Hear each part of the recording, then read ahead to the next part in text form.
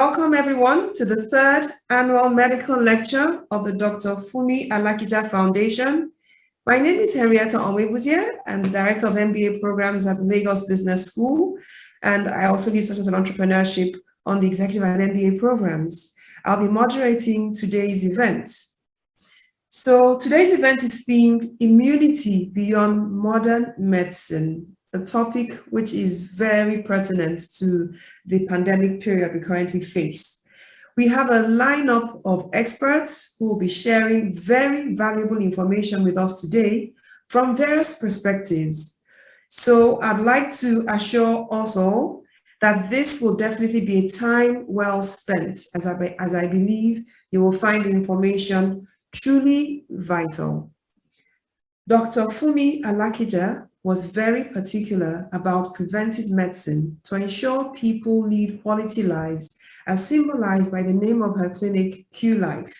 Q-Life, meaning quality life, was intended to provide as many Nigerians as Dr. Funmi Alakija could reach with quality health care.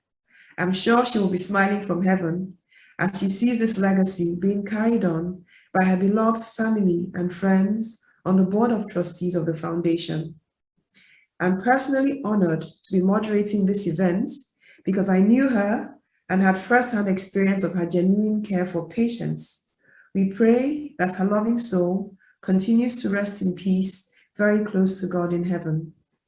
So I'll just go right ahead and introduce our keynote speaker for today, Dr. Patrick Ijewere, who describes himself as a team player set on transforming healthcare in Africa.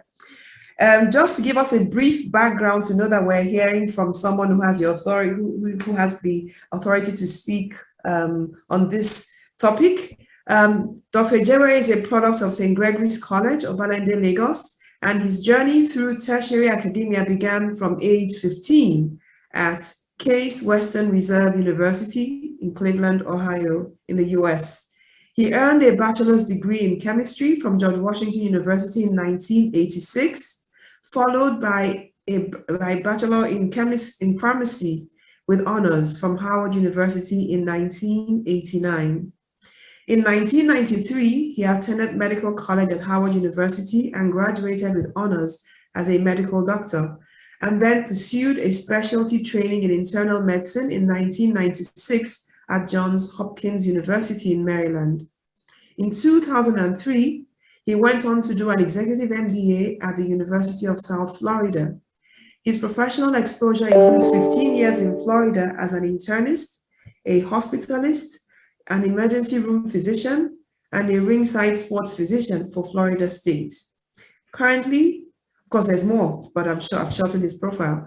Currently, Dr. Patrick Ijewere hosts a weekly radio program, Wellness Half Hour, on Inspiration FM, 92.3 FM, on Sundays at 1 p.m., or you can listen live or online on www.ifm923.com. So without saying much more, I will ask Mr. Ijewere to take the stage and talk to us about immunity beyond modern medicine. You're welcome, Mr. Ijewere. Thank you. Thank you. Greetings, good afternoon to everyone, wherever you're listening from. And it's an honor to have this platform, this podium to talk in honor of our late senior colleague. Thanks to the previous sessions, Professor Bayomi, and last year also, thanks to all who have maintained this foundation and invited me to speak today. I'm humbled. In fact, if you check my pulse now, it's probably going about 120. Okay. I will start by sharing the screen here. And thanks for the introduction. So immunity beyond modern medicine. Just a brief outline of the presentation. I'll share some stories that really planted the seeds for thinking beyond modern medicine. Then I'll look at perspectives on modern medicine. There'll be a transition from modern medicine to beyond modern medicine. Then we'll go into the core of what we call wellness, which is beyond modern medicine, the concept and the pillars. Then we'll do a brief comparison there'll be a call to action. All this we'll do within 40 to 45 minutes. So, pen, paper, let's go. Stories out of the box. This is where the seed was planted, which is why the practice of medicine I do today is quite different from even what I was trained to do at Johns Hopkins and Howard University. First story is my grandmother, Teresa Ijewere. When I had malaria as a child, and grandma came to visit us in Lagos, she would go and get some herbs on the market, put them in a clay pot, pour in hot water, shred them with her bare hands in the clay pot, in the hot water, and then cover my head. Of course, I would try and refuse. Grandma would just keep quiet, go to the backyard, pick up a cane, put it next to me. Quick, I would drink the nasty-looking green concoction. That night, you would sweat. The next day, you are off to school. She was planting a seed. At the journey at Howard University, I met Professor Ayorinde, who was doing research on egusi. This gentleman was looking at the industrial potential and medicinal properties of egusi, something we eat and take for granted here. Then in pharmacy school, wow, 2 Indian doctors, Telang and Kapadia, blew me out of the water doing research on bitter leaf. And I got to work with them, both Ayorinde, Telang and Kapadia, during my summers. That's the first time I heard of the hypoglycemic effect of bitter leaf. A leaf of food we take for granted here at home, and here they are isolating components of it.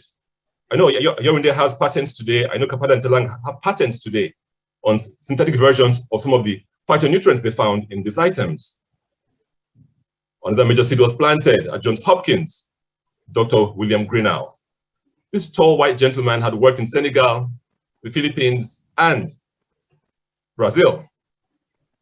And so he knew a lot about ancient cultures and their knowledge. And so during rounds in the morning at Hopkins, he would look at me and say, Dr. Patrick Ijewere, so how do you treat diabetes in Nigeria, in Africa? How do you manage asthma in Nigeria? Of course, I was small, I was timid, I would look kind of puzzled. I would say, hey, go to the pharmacy, go to the chemist and buy it. And he kept saying, there's knowledge where you all come from. There's knowledge where you all come from. In fact, he's known as a diarrheal disease expert. And some of his tools today, he got working in Senegal and the Philippines. He was shocked how similar practices occurred in 2 desperately different locations. And then he said to us one day, conventional Western medicine, the knowledge base is this much. But true knowledge of healing is infinite. From him, I got to understand that we all work within the 4 walls of our knowledge. We all exist inside the 4 walls of our knowledge. And once you are aware that you're in the 4 walls, you must also be aware that there's knowledge beyond our 4 walls. Which means you do what? Every now and then, you get up, open the windows, open the door, let some fresh air in. And when that happens, guess what?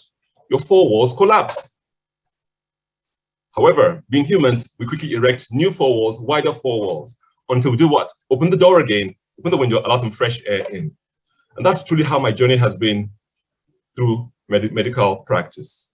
Each time getting fresh air and going beyond modern medicine. So what's this thing we call modern medicine? We're talking about immunity. So let's go to the basics. What is immunity? Many of us know this already. For some of our non-medical colleagues and participants, it refers to the body's ability to prevent the invasion of pathogens. What are pathogens? These are foreign disease-causing substances such as bacteria and viruses. Many of us are experts because of this whole COVID saga going on. The body has defense systems to fight and protect the body. When the body picks up things we call antigens, which often are on the surface of these so-called pathogens, they stimulate an immune response. This definition is one, I put 4 stars on it. So just take note of it because we'll come back to it later. What is immunity? It refers to the process whereby the body fights off diseases, and restore wholeness, even without adverse symptoms. That means while you're sleeping, while you're active doing your activity, your regular activities, your immune system is going to work, dealing with viruses, bacteria, and other things to fight off disease. Make you immune to it, even without your knowledge. That's powerful. Again, for not so medical inclined folks, let's do some more basics. There are two kinds of immunity, what we call the innate or natural, and what we call the adaptive or the active. One is also called non-specific, that's the innate. The other is called specific, the adaptive. Okay. The innate immunity, as the word implies, innate, something you are born with. Again, protects you against all antigens. It's non-specific. It involves barriers, your skin, your GI tract, your stomach. It's really the first line of defense and our immune response. Whereas acquired is a system that works to protect and heal the body. There's an interaction. The body, with the ability to recognize and remember a particular pathogen through its antigens. So it's an adaptive or an acquired immunity. You're exposed to something, you're not born with it. So here's another schematic to help us understand acquired immunity. So we have active and passive.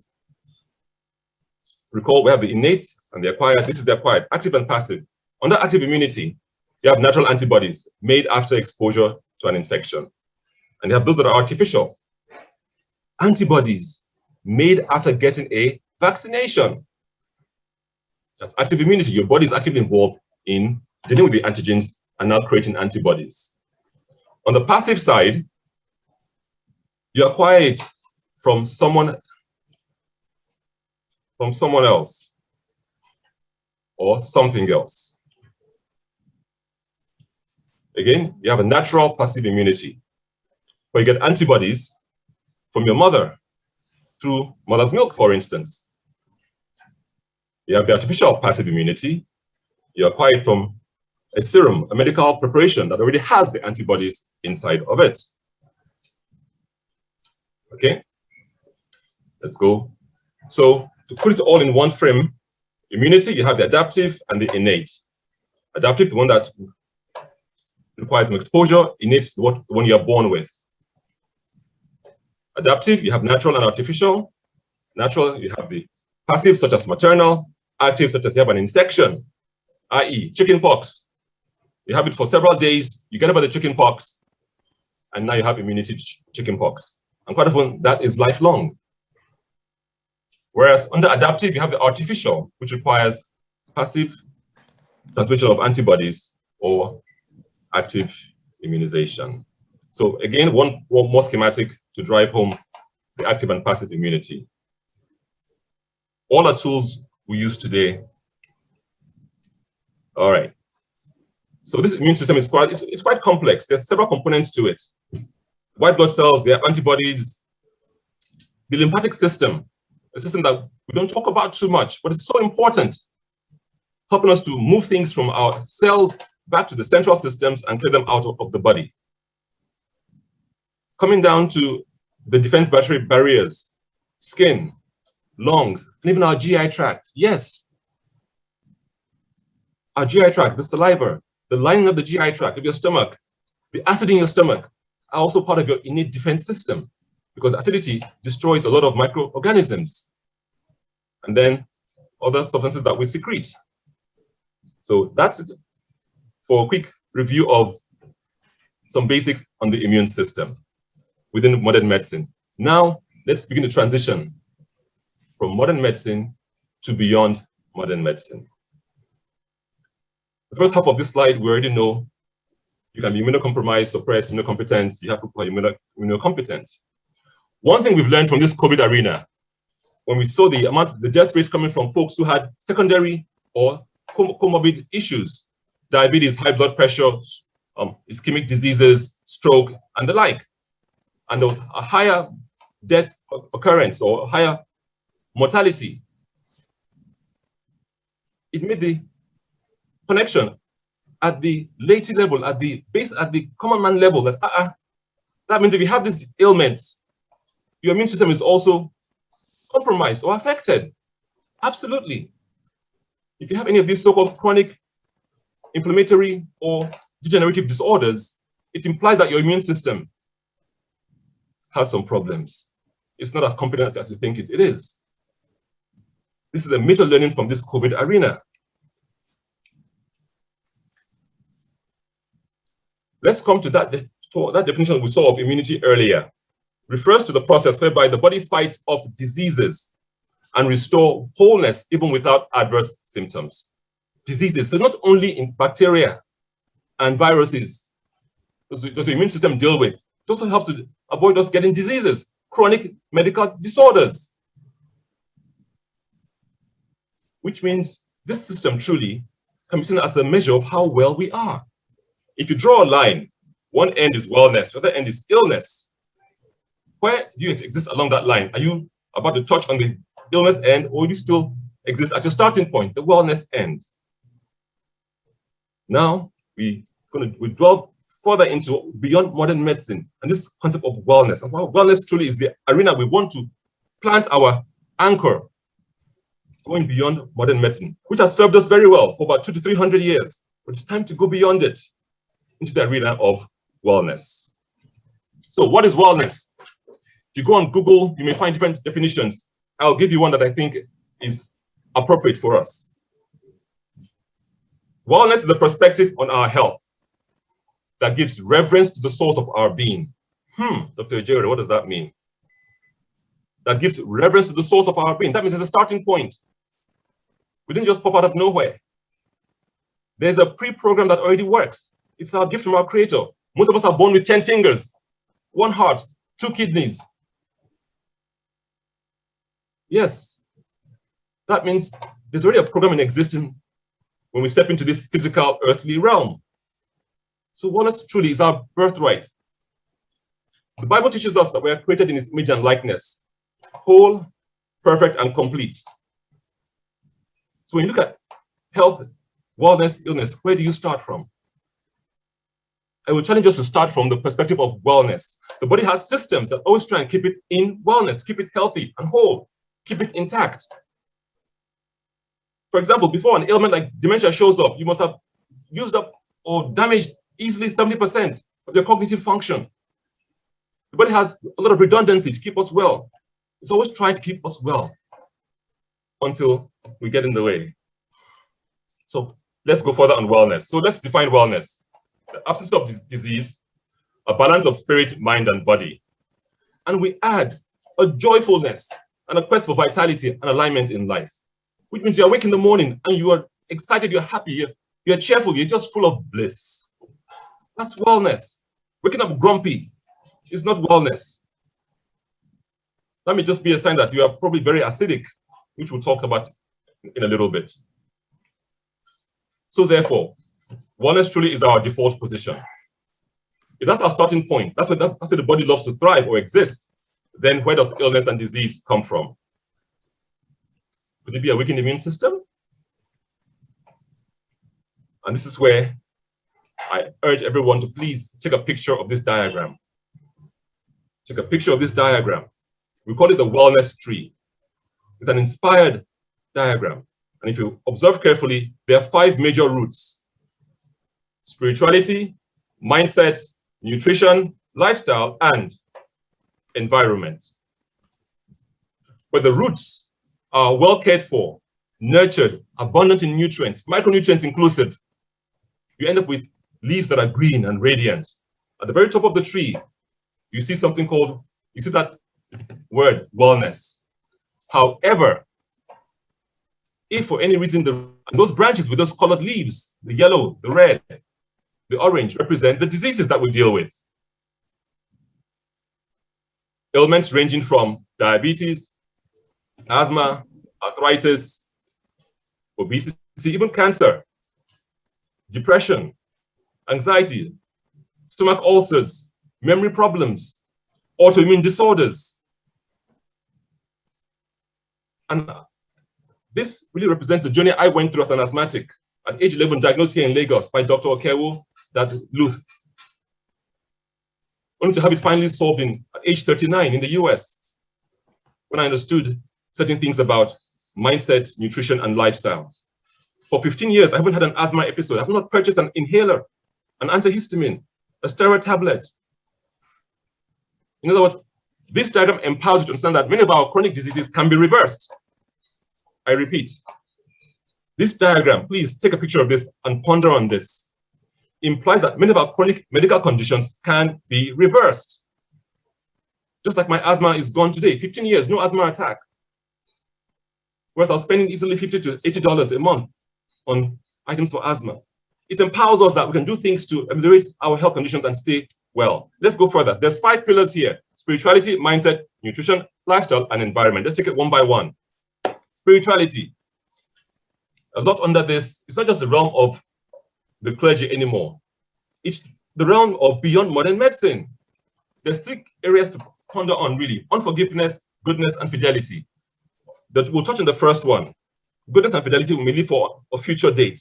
Let's look at unforgiveness, and it's best through this next video that I will highlight. Did you know that unforgiveness can actually make you sick? It's classified as a disease in medical books. Now, forgiveness therapy is being used to help treat diseases like cancer. Dr. Stephen Standiford, a cancer surgeon, says unforgiveness makes people sick and keeps them sick. It's important to treat emotional wounds or disorders because they really can hinder someone's reactions to the treatments, even someone's willingness to pursue treatment. Of all cancer patients, 61% have forgiveness issues, and of those, more than half are severe. That's according to research by Dr. Michael Berry, a pastor and the author of the book, The Forgiveness Project. These negative emotions, this anger and hatred, creates a state of chronic anxiety.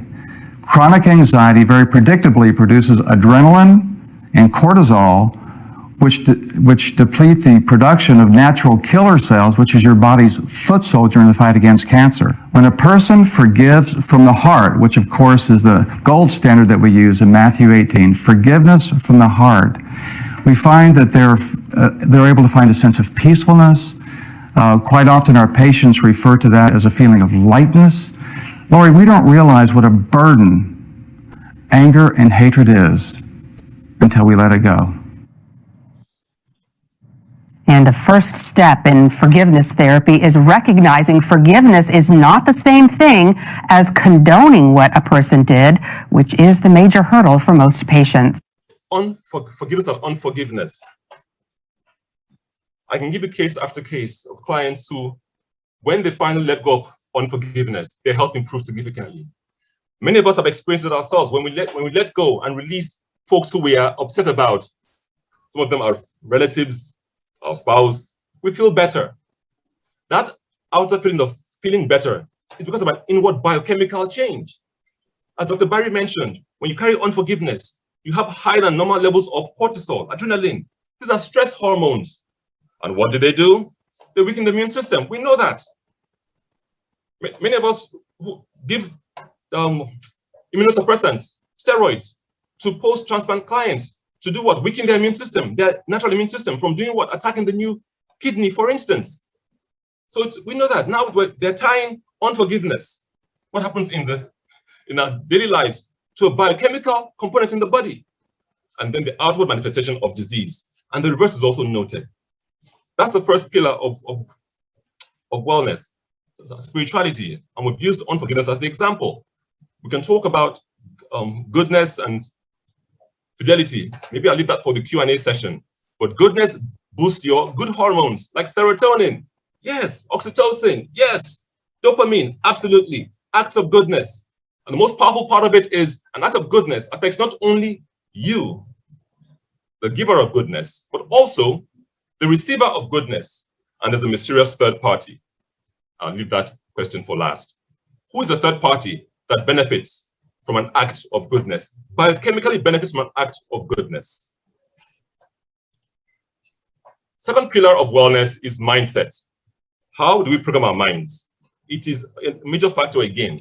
We deal with issues every day.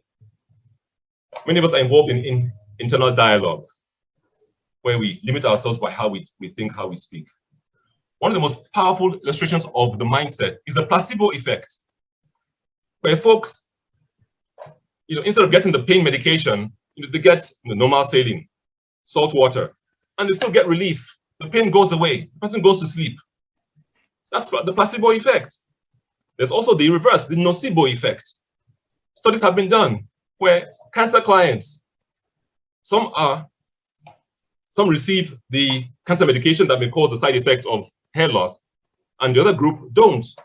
And everybody experiences hair loss because they were expecting it. That's the power of the mind. How do we program our mindsets? But what we believe, what we expect, what we think about the foods we eat, that determines our body's response.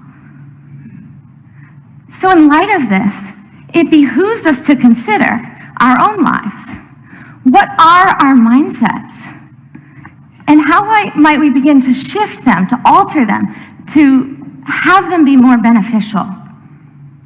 So take stress, for example. What's your mindset about stress? If you're like most people, you have the mindset that stress is bad. Bad stress. Now, this is not surprising considering that everywhere we look, there's warnings, labels, yelling at us, reminding us about the negative effects of stress. But the truth of stress is not so clear-cut, and in fact, there's a robust and growing body of research showing that stress can have positive effects, enhancing effects on our health, our well-being, and our performance. Now, I'm not here to try to persuade you that the effects of stress are enhancing, but rather to point out that the truth of stress is like most things in life, and that is, it's uncertain. And therefore, to raise the question, do our mindsets about stress determine our response? Our mindsets about stress determine our response. This is an example I love to give that we can all relate to here locally. You have a brand new car. Henrietta has a brand new car. She's going to work. Okada comes along and scratches her car. Boom. Henrietta, what will you do? What will I do? First thing is to think of him as an idiot, but then I'll keep driving.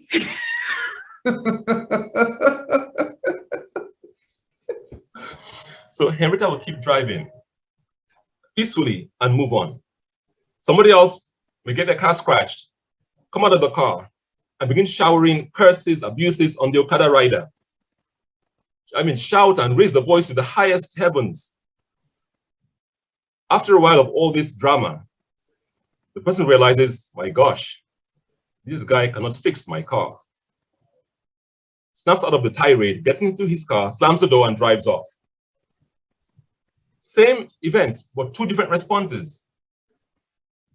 Guess which of the two would likely get to work and have an increase in their blood pressure? Who likely get to work and have a day of misery and anxiety, feeling down, or just feeling irritable, even towards his colleagues? In other words, he'll have a higher than normal cortisol level. The stress hormone is elevated. His adrenaline or epinephrine is elevated, which will do what to his immune system? It will weaken the immune system. So how we program our mind matters. Not what happens to us. Stress will happen to us. Events will happen to us. It's how we program our mindset to deal with those events. That's the third pillar of wellness, looking beyond modern medicine. The third is nutrition. This one, you all will take part. It's a very vast field, and I will just touch on one small area of it. We also see the picture left and right, correct? All right. Just by quick show of hands, who will take the one on the left, the one on the right, the one that looks more red, the one that looks more green? Yeah, Mrs. Ayeni, which one would you take, red or green? Green, by his grace. No, I will take green, actually. The red one occasionally, but the green daily. Mr. Delawa, which one would you take, red or green? Okay, so hopefully, yes, most of us will pick in alignment with Mrs. Ayeni, the green one. This plays a huge role because there's a massive difference in these two, how the body sees it, how the body uses it, and the effect it has on us biochemically.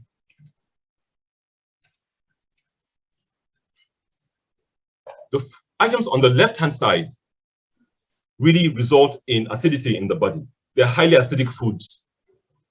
The one on the right-hand side, the green ones, are mostly alkaline. And we know the human body is, for the most part, alkaline.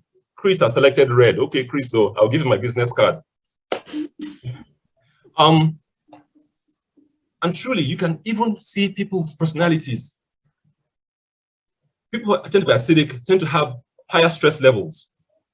Cortisol induces acidity in the body, whereas serotonin calms us down, inducing alkalinity.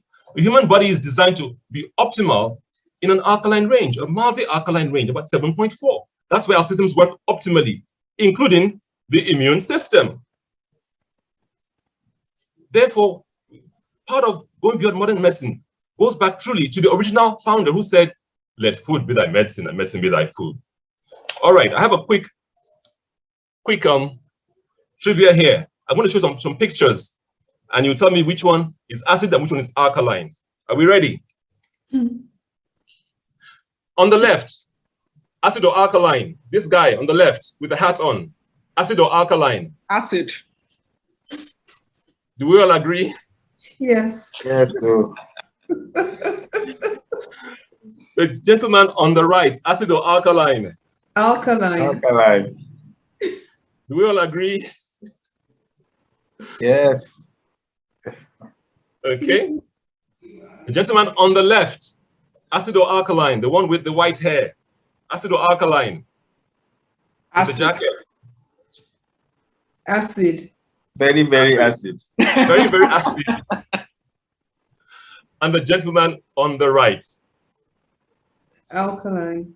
Alkaline. Very, very alkaline. Innately, we know the impact of our personality and how it's tied to what we consume. Our behavior, our biochemical changes in the body are tied to what we eat. That affects all our systems, including our immune system. Let's look at lifestyle. Please take a picture of this quotation, and I seek for anyone to negate this quotation. The further you stay away from Mother Nature, the sooner she says, return to sender. The further you stay away from Mother Nature, the sooner she says, return to sender. When you're in alignment with nature, she works magically in your favor. Alignment in every aspect, your environment, your lifestyle, your sleeping time. There's a study that was done by National Geographic magazine in 2004. Please go online and look at it. It's a longevity study. There's one done earlier this year called the Human Longevity Project that resulted into a docu-series, the Human Longevity Project. And on interviews, they noted that people who have, one of the features of folks who live long with lower health issues is they follow the sun and the moon to regulate their bedtime. In other words, when the sun begins to go down, their body innately clicks in that it's time to go to sleep. And in a short while, they are asleep. And they rise with sunlight also. People who don't take vacations, people who take vacations and go away to nice natural sceneries tend to have less health issues. Just close your eyes for a moment. Close your eyes for a moment. And picture yourself in a land of green, beautiful greenery, trees, fruits, plants, flowers, colorful flowers all around, a nice stream going by. Just picture yourself in there. And I'm sure what happens is you become calm. Your blood pressure goes down. Because there's a biochemical communication between us and nature that also boosts our immune system. And for those who live far away from nature, they tend to exit earlier, tend to have more health conditions. All right, let's go a bit further here and get a perspective from this brief clip. How to boost your immune system. Learn how to make your body resistant to germs and disease so you can live a longer, healthier life. You will need daily moderate exercise, something to laugh about, optimism, lots of friends, a healthy diet, and 7 to 9 hours of sleep per night. Optional, a bridge group. Step 1. Get moving. Just 30 minutes a day of moderate exercise will do. You can even split it into 3 10-minute bursts of activity. Step 2. Find something to laugh about every day, even force it if you have to. Real or fake, laughter strengthens your immune system by increasing good-for-you hormones and reducing stress ones, lowering your blood pressure and slowing your resting heart rate. Step 3. Train yourself to look at the bright side. Optimistic people were 2.5 times less likely to develop cancer of any kind than their pessimistic peers, according to one study. Step 4. Make time for the friends you have and cultivate new ones. A study found that seniors with a lot of pals were 22% less likely than their less social counterparts to die during the decade when they participated in the study.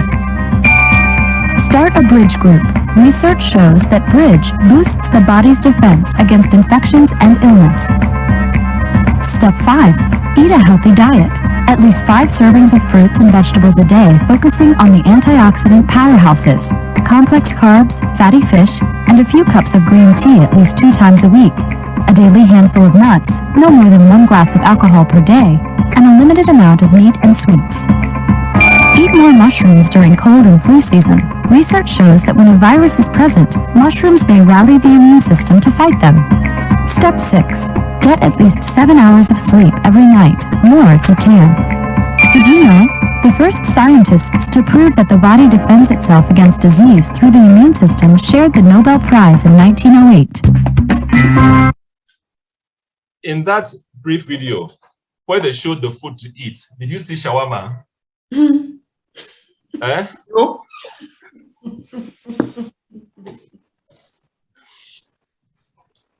The body has a system.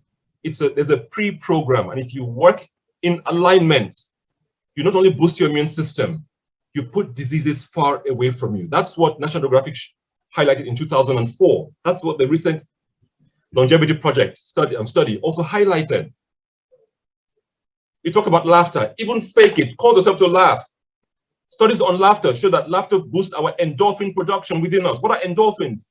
Are natural immune boosters. Naturally boost our immune system. Laughter also causes us to have what we call neurogenesis, manufacture of new brain cells, nerve cells, and also neuroplasticity, which means our cells become even better connected. Lifestyle, what are we doing? You want to boost your immune system? That's the 4th pillar of wellness. Spirituality, number 1. Number 2 is mindset. Number 3 is nutrition. Number 4 is lifestyle. Just look at this young chap. I mean, don't just wish that you were in his shoes right now. And the 5th pillar is environment. Environment. Please take note of this quotation. The geography you walk in and the geography you walk on are one in unity. The human being, the human body, what you walk in, your birthday suit, and the earth we walk on, they are the same. The Bible says it beautifully. From dust you came, from dust you shall return. We think we're better than nature. When God created man, where did God put man? In the Garden of Eden. Again, the studies are showing that people who dwell more in the Garden of Eden have less health issues, have stronger immune systems, live longer too. So when we pollute our environment, it just reflects what's going on inside of us. When we pollute our environment or allow it to be polluted, I hope the Commissioner for Environment is on here. I really believe it's sad, or it's a flawed to have a Department for Environment and Health separate. There should be one under the same. Hello, look at this image. When you look at this, what happens to your body right now? What happens to you? What's your gut reflex when you see this?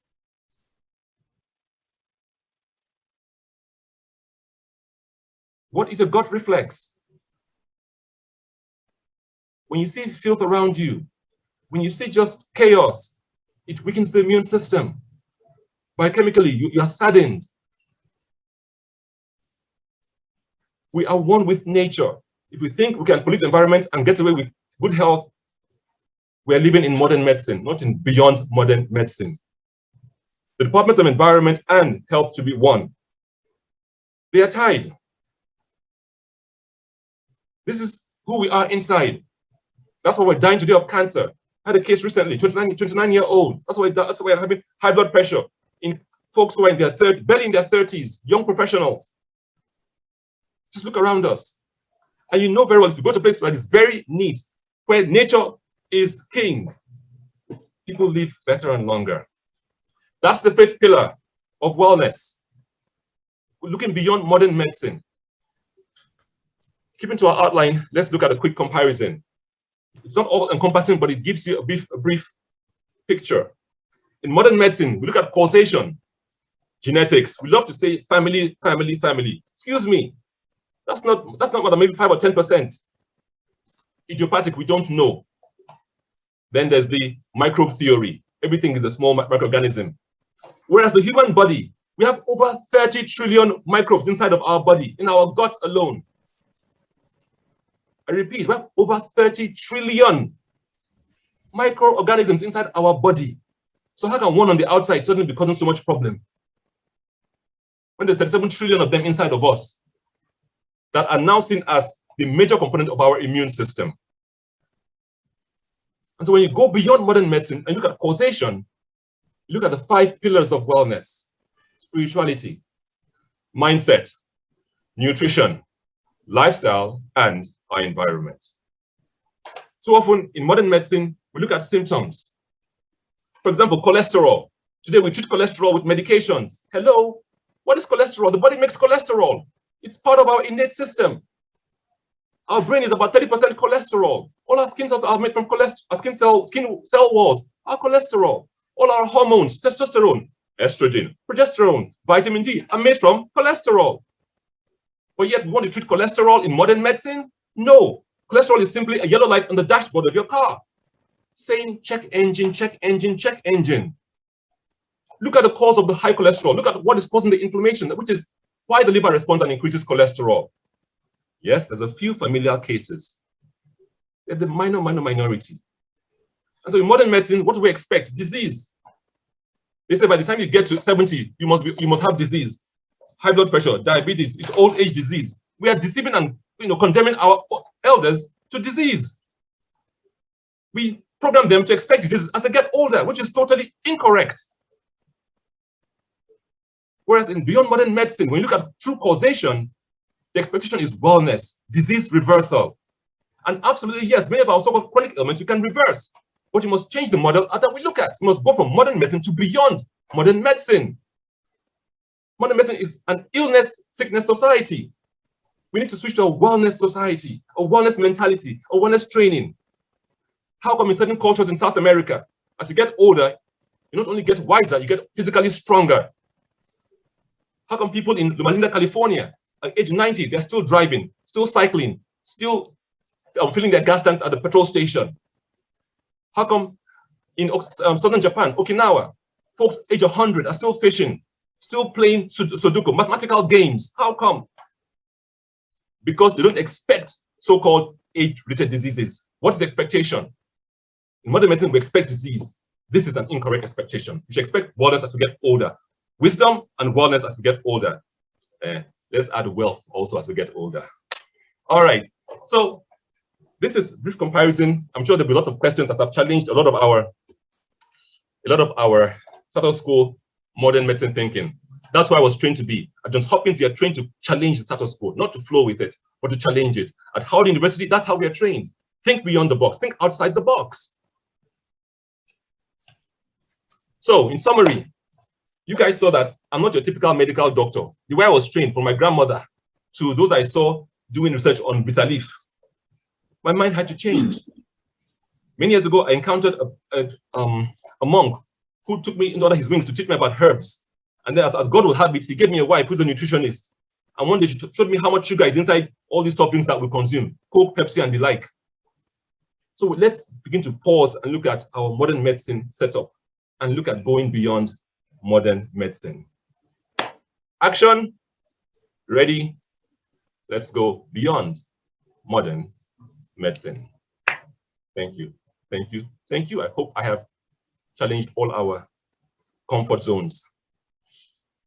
Henrietta? Yes, you have. Yes, you have. Wow, that was really beautiful and very, very informative. Thank you so much, Dr. Ijewere. In fact, you've earned yourself a spot at Lagos Business School. I think all our executives need to hear about this so that we also teach them how to stay alive, to enjoy the money they're making. Absolutely wonderful.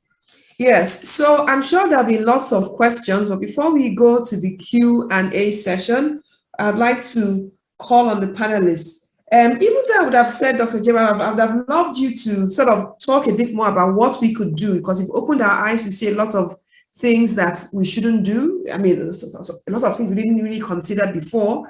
We've always known spirituality was important for peace of mind and balance and helping us to think, but we've seen the importance to our health. You've talked about the environment, and that's really clear, because if you have a dirty environment, the mosquitoes will be your closest neighbors, for example, and of course, cholera. So definitely spirituality, environment, nutrition, big deal. But it would have been nice to know, so what should we be looking at? What are the alternatives to the usual? What are the usual poisons we should avoid, apart from things like soft drinks? And what sort of things should we be having daily in our diets, so that, and what sort of exercise routines we can take on. But I'll leave that to the question and answer session and get the panelists to give their perspectives on this wonderful overview you've given us. Thank you so much. So let me quickly ask Mrs. Julie Mogo, one of our first panelists. Mrs. Julie Mogo is a registered nurse, also a care coordinator, and the founder of the Family Bond Nursing. She is the CEO of Royal Nursing Consult, a nursing recruitment, training, and care management company. She is a registered nurse, certified by the Nursing Midwifery Council of Nigeria in 2008. She recently completed a certificate course in global health leadership and management by the University of Washington, USA. Julie is also the founder of the Family Bond Nursing. Well, I've said that before. So let's just ask her to share with us what some complementary perspectives to the brilliant presentation we've all just listened to. Julie, the floor is yours.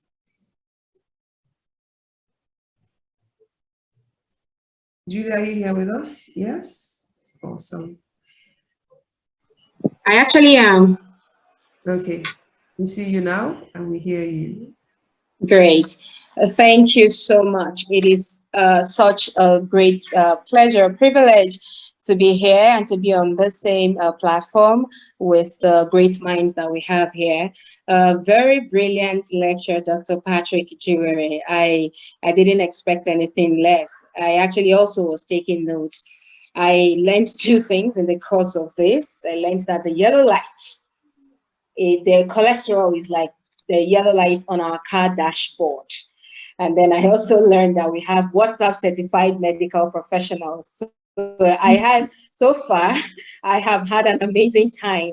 So to add a word or two to what Dr. Ijewere has said, when we talk about immunity and we talk about beyond modern medicine, first of all, I don't know, said in everything give thanks to God. So in some sense, I want to say thank God for COVID-19, because some of the messages we've been preaching, talking about the need for preventive lifestyle, the need to embrace wellness, it was like pouring water on the back of a horse or on a rock.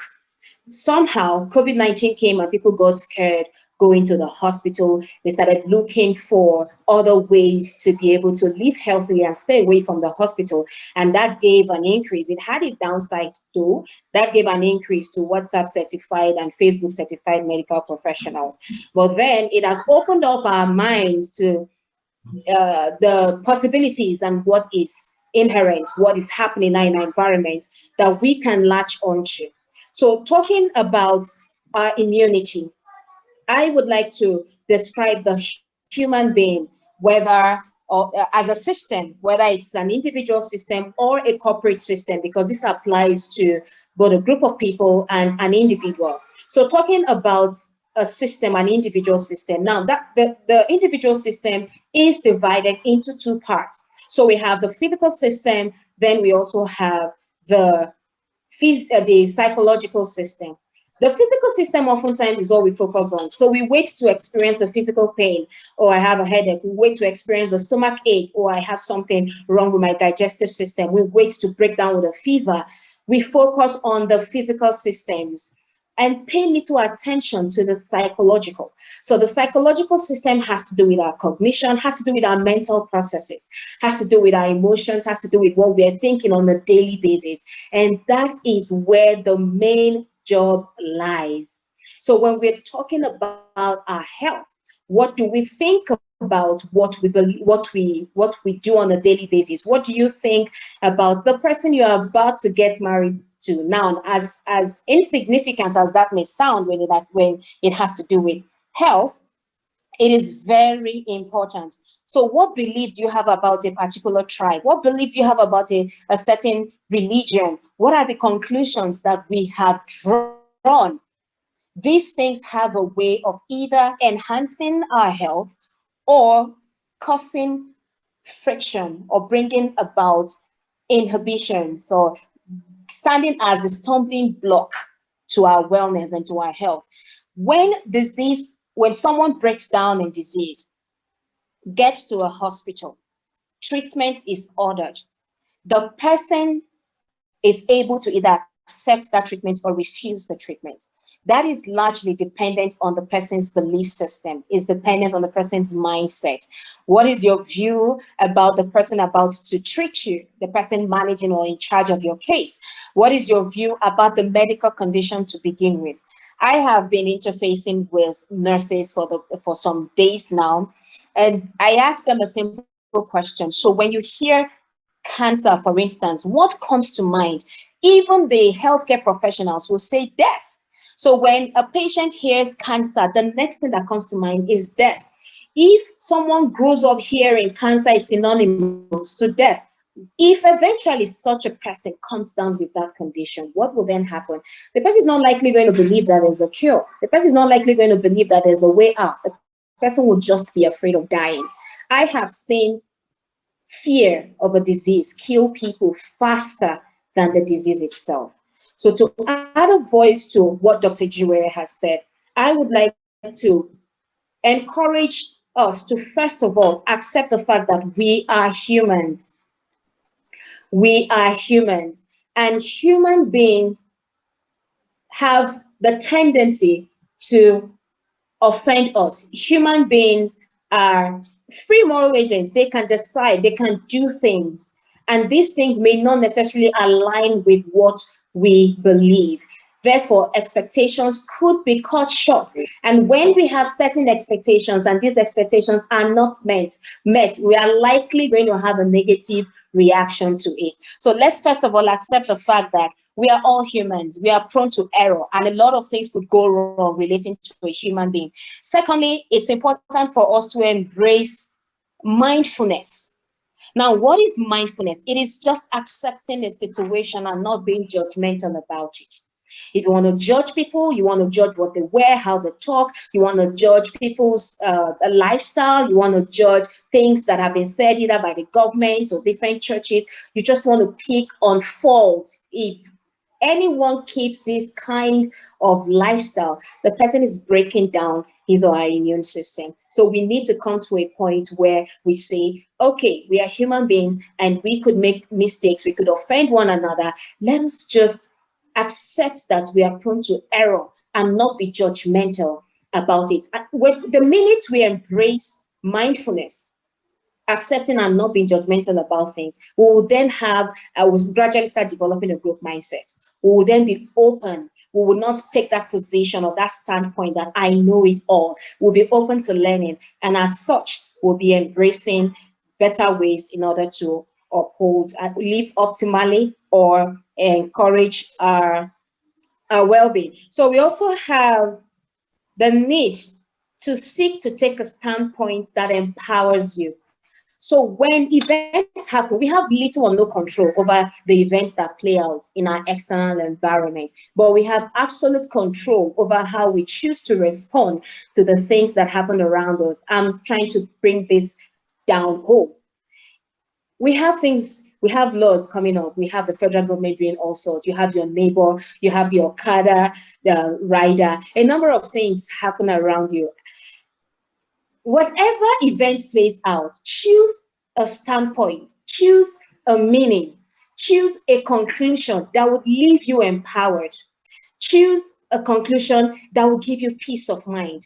It's not that we're asking you to condone mediocrity. We're not asking you to encourage offense, but for your own sanity and in order for you to have clarity on what next to do, it is important that you always draw a conclusion that leaves you empowered.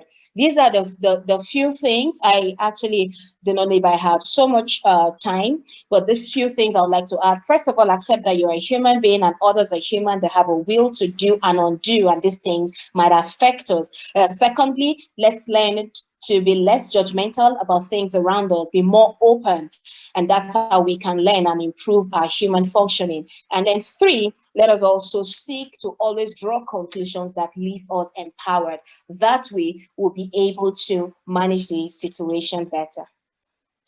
Wow. Thank you so much, Mrs. Mobo. So you've actually focused on the mindset pillar that Dr. Ijewere spoke about, how we can use our mind to help us experience more healthy outcomes. So I think you're absolutely right, because an optimistic mind is more innovative, is more productive, and is more helpful to everybody around them, and also feels healthier. So fantastic perspective. Thank you so much. We'll come back to you. So the next panelist is Mrs. Funmi Alakija. She's an integrative nutrition health coach, a nutritional therapist.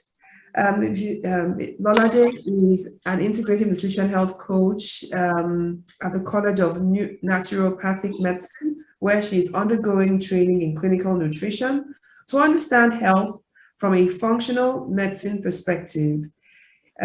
She's passionate about the science of nutrition and is striving to take women back to basics in learning to use food and nutrition as a means to nourish their mind and body, rather than as a means to control the way they look. So Lolade, will be happy to hear your perspectives on how we can use nutrition to improve our health condition. Thank you very much, Dr. Henrietta, and thank you for the lovely introduction. I'm feeling very honored to be here and to be asked to speak among such distinguished professionals like Dr. Ijewere. Thank you for the fantastic presentation so far. I would like to start off by saying that I've seen a lot of questions coming up in the comment box about, what can we do? Now, there's no magic pill to health. There's no, or better immunity. There's no shortcuts, no quick fixes. There's no one thing that you can do that will magically boost your immunity, despite all the marketing that we've been seeing, in the news in the last year. Take this supplement, that will boost your immunity. If there's one thing that I want you to take from this panel discussion, is that health is a daily practice. It's how you show up for yourself every single day, and it comes down to daily self-care. And why am I really saying this? Because the mindset that we have, if you're someone who's really wanting to transform your health and to transform your immunity, to support your immunity, the mindset of practicing health as a daily practice and seeing it as a holistic approach is going to be really key as a starting point. Dr. Ijewere spoke a little bit about, boosting, immunity. And I'd just like to share a slightly different perspective on, using the word, boosting. I believe when it comes to the immune system, we want to think about how we can balance our immune system so that we're not overshooting it. The good news, though, is that we have more power than we actually realize. You know, our body and our immune system is incredibly fascinating, and it's incredibly intelligent. Our body is fighting off, you know, diseases, infections every single day on a daily basis that we don't even realize. And all we need to do really is to show up and to do our part. And you know, so that it can function optimally. And you know, we want to do this so that we can thrive, because it's not enough really to just survive. We're here talking about, you know, beyond medicine and moving away from the modern approach to medicine, which is really based on, you know, addressing symptoms. In wellness, we're trying to get to the root cause. And so it's not enough, you know, it's not enough to just be able to survive, which is the approach that modern medicine takes. Wellness is all about thriving. So what can we do every single day in our lives to help us to thrive? I want to take you back to basics. You know, we're thinking about how we can support our immunity and how we can support our wellness. We all know that I want you to be able to think about what you can focus on, you know, what you have control over at each stage of your life, and putting yourself back in the driver's seat. So when you give your body the basics of what it needs, it will do the work for you. We don't have to make, you know, we don't have to make better health something that is complex, you know, that is complicated. You know, you don't have to feel like you have to be doing all the things. You don't want to feel overwhelmed by all the things that, you know, you're told to do, you know, by your doctors or, you know, other health professionals. I really want you to be able to just bring it back to basics. So what are these basics I'm talking about? First of all, we want to think about, I'll just, you know, name the three that I'm going to be talking about: exercise, you know, stress management, you know, nutrition related specifically to gut health, and sleep. So if we're looking at exercise, firstly, mobilizes our immune cells. You know, the more you move, the better surveillance your immune cells are going to get. So when I think about exercise, I like to really reframe it as not the way we typically see exercise, you know, going to the gym. It's really just about movement. You know, you don't have to be going to the gym. We just really want to be able to move our bodies in any way that you can, in any way that feels joyful to you. The key is really being able to break up your sedentary movements, sedentary positions. Like if you're someone who's used to staying at your desk all day, you know, you're used to working, taking Zoom calls, how can you incorporate more movement, you know, into your day? Either through having a standing desk, for example, or, you know, or having a walking meeting. So whilst you're having meetings, or even a session like this, you know, if you're doing the Zoom call on your phone, maybe you could be standing whilst doing that. You could be having meetings, you know, whilst you're on the phone with your AirPods, if you use AirPods. Having an hourly timer to walk around, you know, your house or the office, you know, wherever you might be working, you know, so every hour, you know, on the clock, you know, you think, okay, I need to get up, I need to move my body, I need to walk around. Of course, a lot of us, you know, in this current climate, because we're working from home, we're spending a lot of time, you know, in Zoom meetings. So make sure that you are getting that, you know, regular movement. Resistance exercise is also going to be really key. It's going to be good for your muscles, especially, you know, us, you know, females, women who begin to lose muscle mass from the age of, you know, 30. So we need to be able to put our muscles under resistance through movements like Pilates, yoga. You know, if you're a mother, you know, young mothers lifting children, or if you're a grandma lifting your grandchildren, carrying shopping bags, or, you know, spring cleaning, you know, in your home. These are different ways we can get, you know, resistance exercise into our day. It doesn't have to be something that's about, you know, going to the gym, and it doesn't have to be formal, you know, exercise in the way that, you know, we usually think of the word exercise, which is why I like to reframe it as movement. Just move your body. The base population now really just need to focus on more movement and less sedentary lifestyle, and that in itself is going to have, you know, a huge impact on your immune, you know, on your supporting your immune system, because like I said again, the movement is what's going to be able to allow those immune cells to, you know, get, you know, moving in our bodies, and to offer better surveillance as to, you the different, infections, and bacteria and viruses that could be coming into our bodies. Next, I'd like to talk about stress. When we're stressed, that increases, the cortisol levels in our system, in our blood system, and cortisol is an immune suppressant. We all have, no doubt, all have stresses in our lives, and it's important to identify where those stresses are really coming from, be it physical stresses in our lives or emotional stresses in our lives. The physical stresses can look like under eating or not eating regularly, not getting a balance of macronutrients or micronutrients in our diet, being undernourished, or even dieting, putting your body through extremes. The more emotional stresses, we're more familiar with that. So stresses from being around toxic people, or maybe in our work environments, we have people who stress us. We're feeling very stressed about a deadline that we're working towards.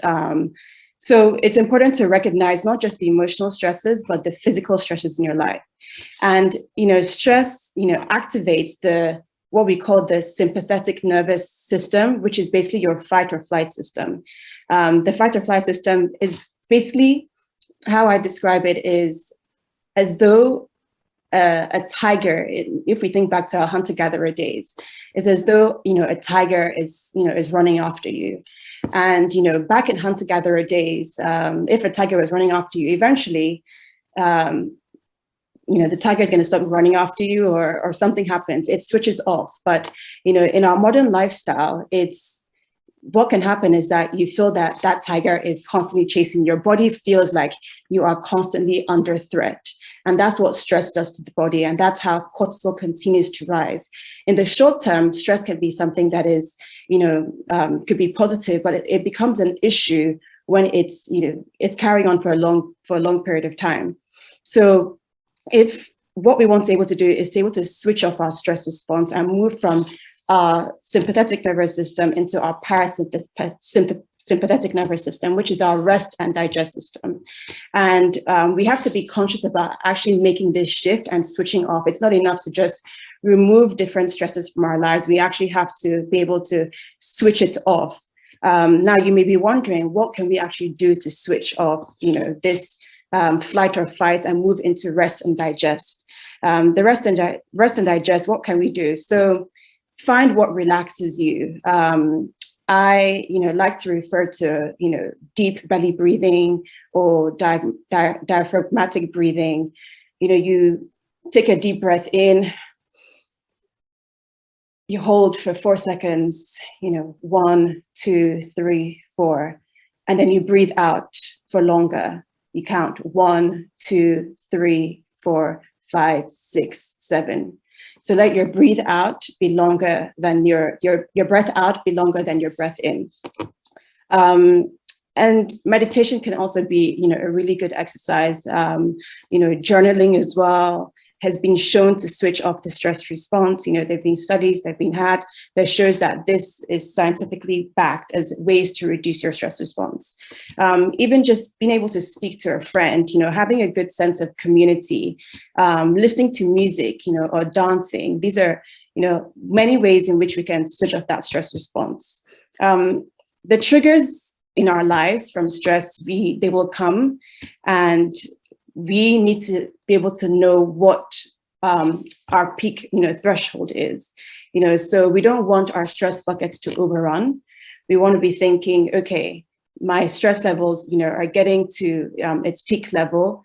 This is the time where I really need to be thinking mindfully as to what I can do to release this. And I know that this is something that's difficult for a lot of people to do, especially in this climate that we're living in of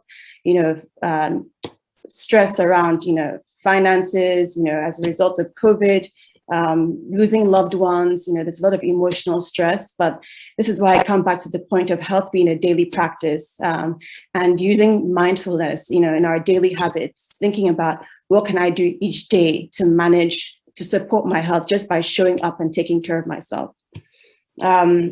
I want to come to talking about, gut health. Dr. Ijewere has, mentioned, this briefly. He's spoken about how most of our immune system sits in our gut. 70%, to be exact, of our immune system sits in our gut. And in our gut, we have an ecosystem of good and bad, bacteria, and they have this symbiotic relationship, where they're working together to help us to, to live well, to help us to be able to thrive, to help us, our body to be able to function optimally.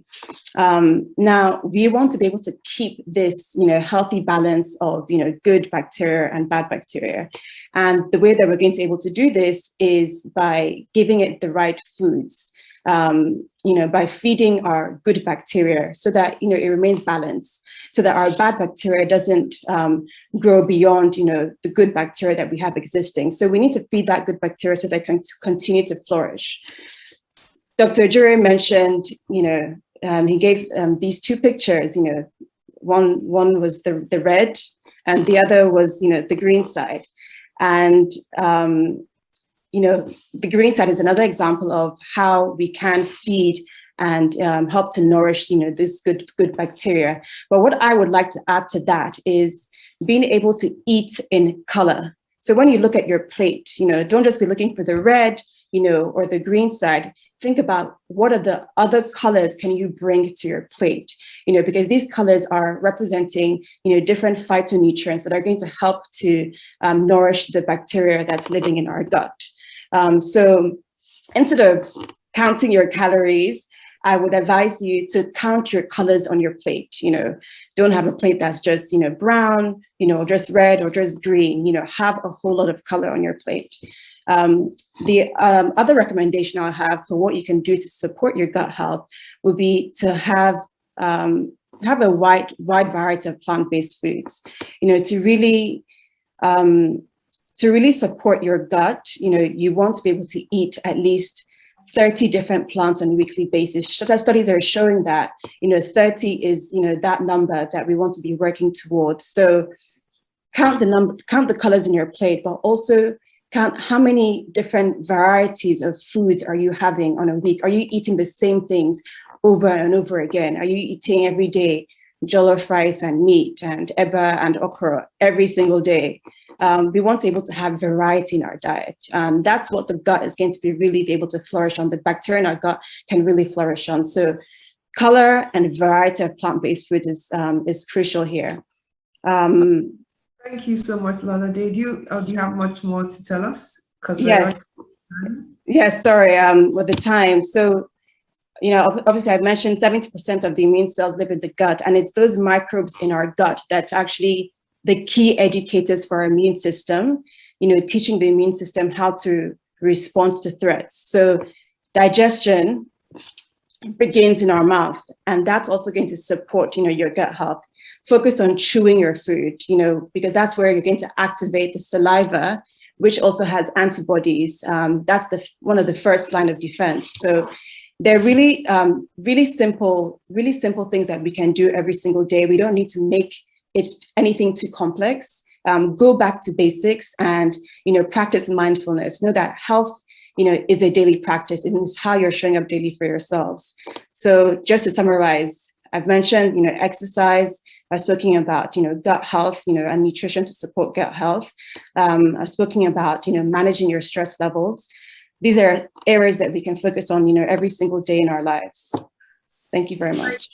Thank you so much, Lolade. Extremely valuable points you have made. I love the move from fright to flight to rest and digest. I love the fight to flight, yes. Yes.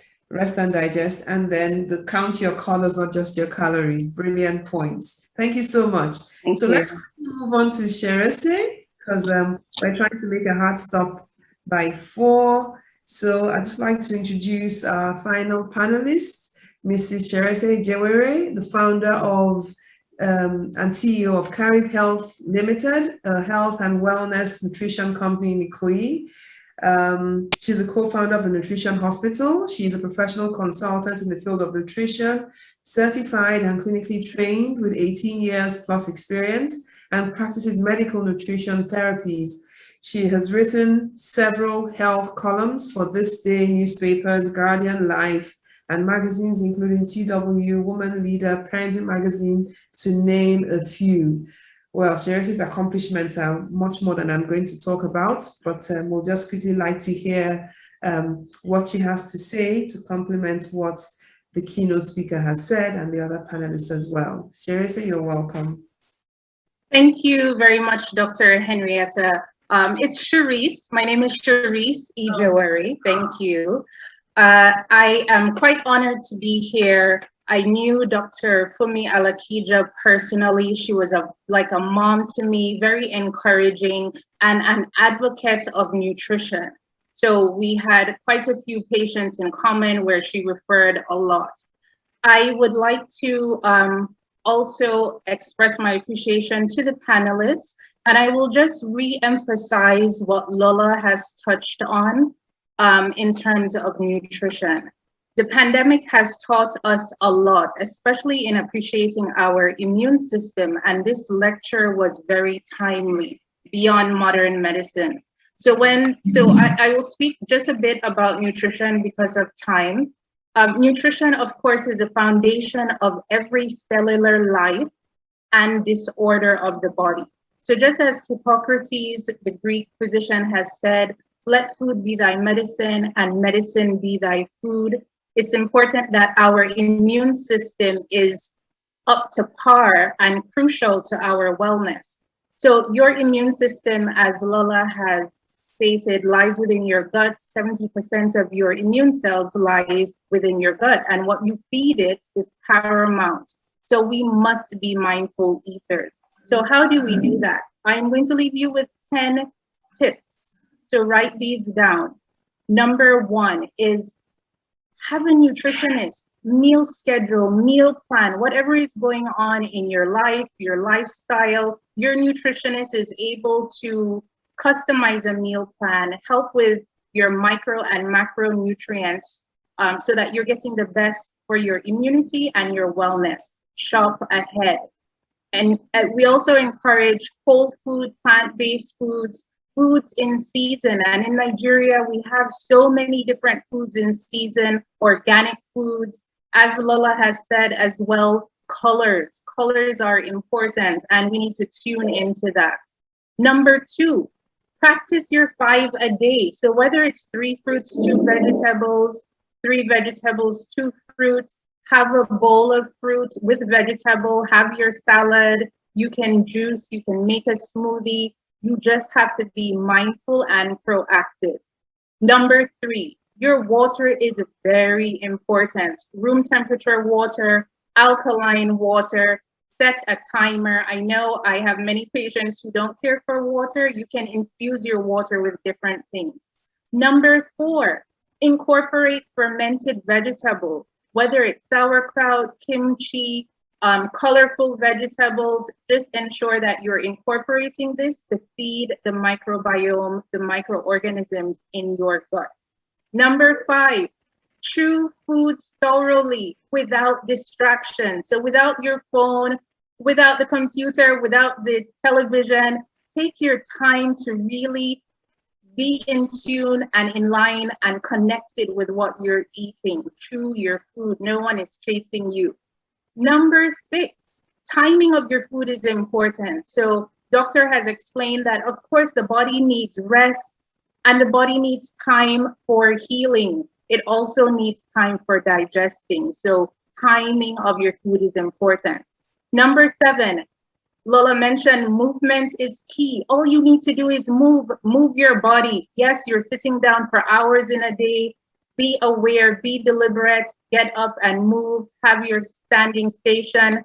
Number 8, bowel movements are imperative. You need to have your bowels moving every day. And that means, yes, you're connected, you're conscious of what you're eating, you're drinking your water, and your bowels will move. Number 9, breathing. Diaphragmatic breathing, important. Your cells need oxygen. It needs nutrients, your micro and macronutrients. And number 10, processed foods, you just need to avoid at all costs, all means. They have chemicals, they have preservatives, they have coloring, they have additives. And last but not least, show up daily and practice these tips daily. And your body will thank you. Thank you so much.